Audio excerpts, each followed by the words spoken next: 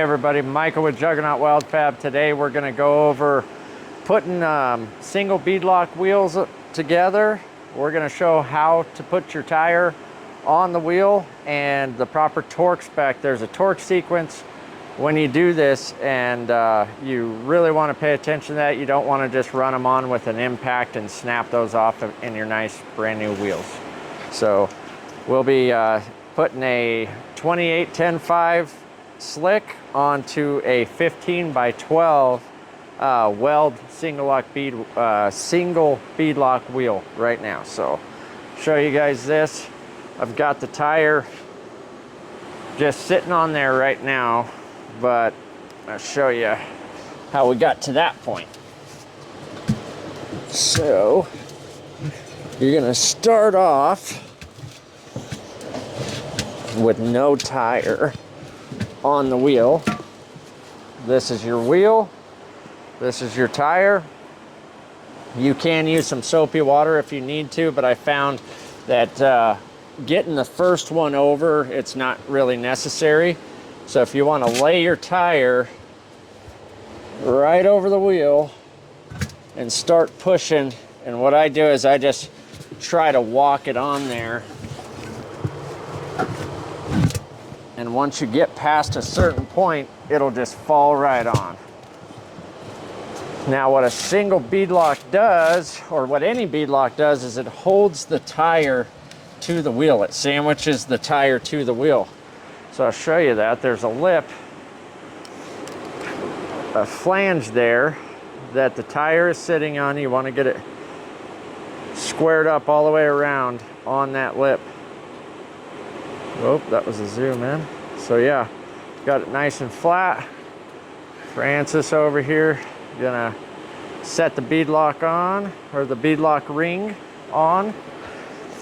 And I just kind of decided to center mine up, the weld racing part, with the ET drag on the top of the wheel. Doesn't matter, honestly, but and I didn't realize in the bottom of the box were all the bolts for it.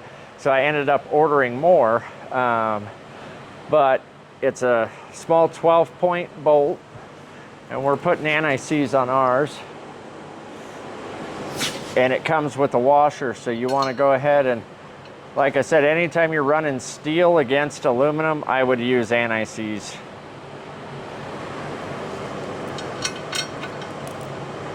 We've got 20 of these bad boys to go around, so go ahead and get them started. And like I said, there is a specific torque sequence for this.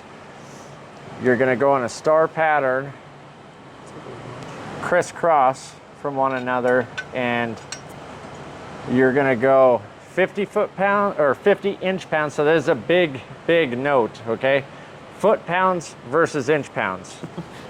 This is a torque wrench for inch-pounds, not foot-pounds. So you don't want a big old half-inch, 500 foot-pound torque wrench doing this. This is inch-pounds, so it's going to be 50 inch-pounds, 100 inch-pounds, 150 inch-pounds, and then 175 to top it off.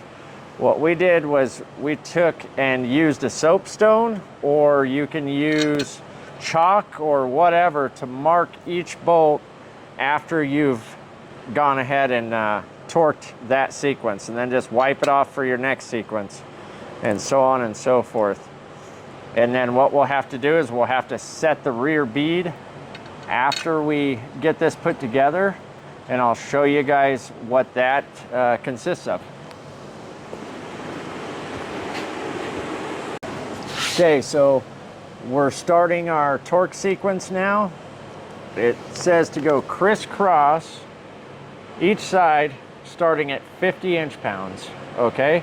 And most torque wrenches, if you look at them, there's two different sides. One is in Newton meters and one is in inch-pounds. So make sure you pay attention to that. I'm gonna go ahead and start.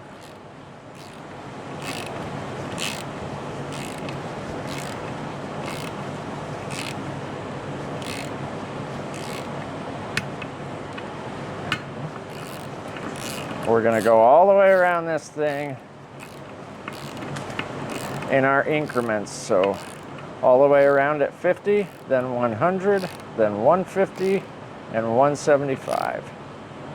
Each time, like Francis is doing here, we're marking with a soapstone or chalk to know which one we left off on. Okay, so we just finished up our second torque sequence. That was to 100 foot-pound or 100 inch-pounds. Yeah, I keep screwing up. Now we're going up to 150 inch-pounds. And again, we're just gonna go in a crisscross pattern. Anytime you're using a torque wrench, you wanna pull. If you've never used a torque wrench, that's how you do it. You pull in one long stroke and you're waiting for the torque wrench to click. Once it clicks, you're at your torque spec.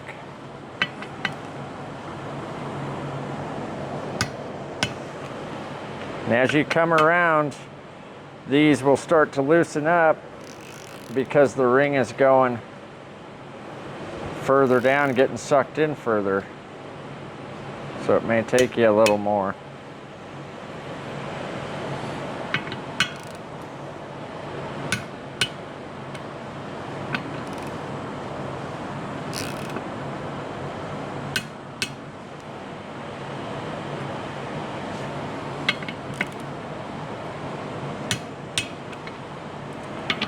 And again, our final number is going to be 175.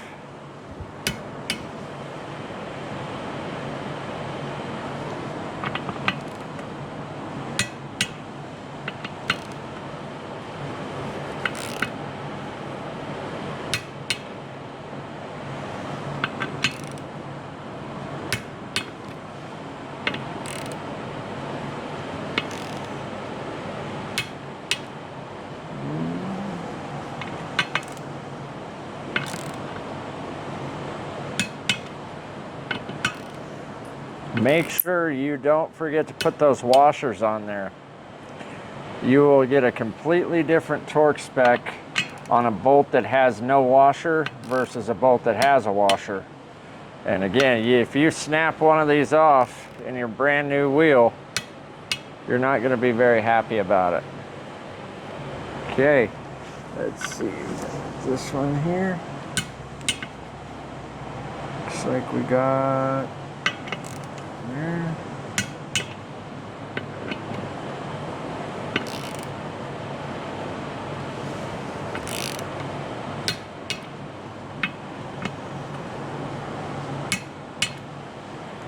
And that's it. That's our 150. So bring it on up to 175. Again, paying attention to make sure you're on inch pounds, not Newton meters.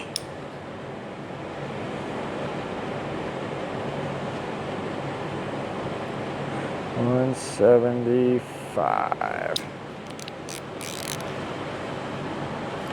Got all that.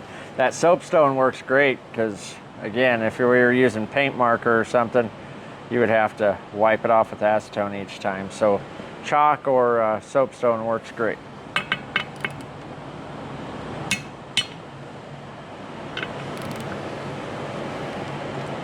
Okay, so we've got our torque sequence all done. All the bolts are torqued at 175 inch-pounds. Now to set the rear bead, our first tire played nice and it's set just sitting straight up like this. If you are struggling getting the rear bead to seat, then you may need to set the wheel on a 5-gallon bucket to let the weight of the tire hang over, but we'll see. We're just gonna put shop air to this. I've got 130 pounds coming. And we went ahead and sprayed it with Dawn dish soap and water, sprayed that bead. It's gonna help it seat a lot easier.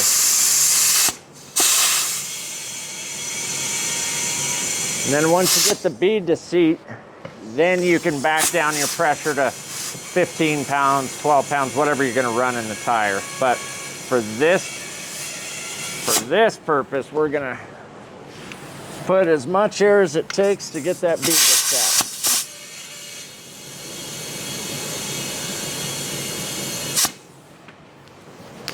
There we go. Go ahead and spray that one time with the soap. And you should be able to see if you've got any leaks. Nope, we're good to go. So that is setting a single bead lock. Setting a wheel or a tire on a single beadlock wheel. These are welds, RC Comp, all those guys. It's the same situation, same process. Again, make sure you're in inch pounds and make sure you follow the manufacturer's torque specs, okay? RC Comps may not be what welds are. I'm not sure. We're dealing with welds, and that is what their sequence is. So thanks for watching. Bad mamma jamma, boy. That's a bad mamma jamma. Dude, that is so sick. I just can't even believe it. Can't even believe it.